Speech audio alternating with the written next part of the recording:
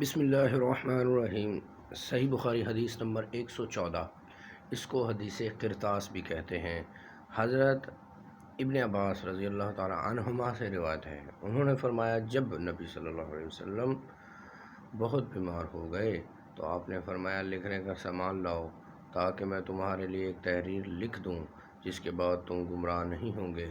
حضرت عمر نے کہا نبی پر صلی اللہ علیہ وسلم بیماری کا غلبہ ہے اور ہمارے پاس اللہ کی کتاب موجود ہے، وہ ہمیں کافی ہے۔ لوگوں نے اختلاف شروع کر دیا اور شور غل مچ گیا۔ تب آپ نے فرمایا میرے پاس سے اٹھ جاؤ، میرے ہاں لڑائی جھگڑے کا کیا کام۔ پھر حضرت عباس رضی اللہ تعالیٰ عنہما نکلے، فرماتے تھے تمام مصائب سے بڑی مصیبت وہ ہے جو رسول اللہ صلی اللہ علیہ وسلم اور آپ کی تحریک کے درمیان حائل ہو گئی۔ صحیح بخاری حدیث نمبر 114۔ صحیح بخاری حدیث نمبر 114۔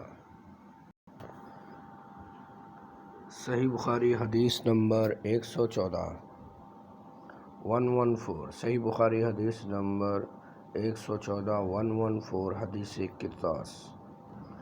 صحیح بخاری حدیث نمبر 114 حدیث کرتاس۔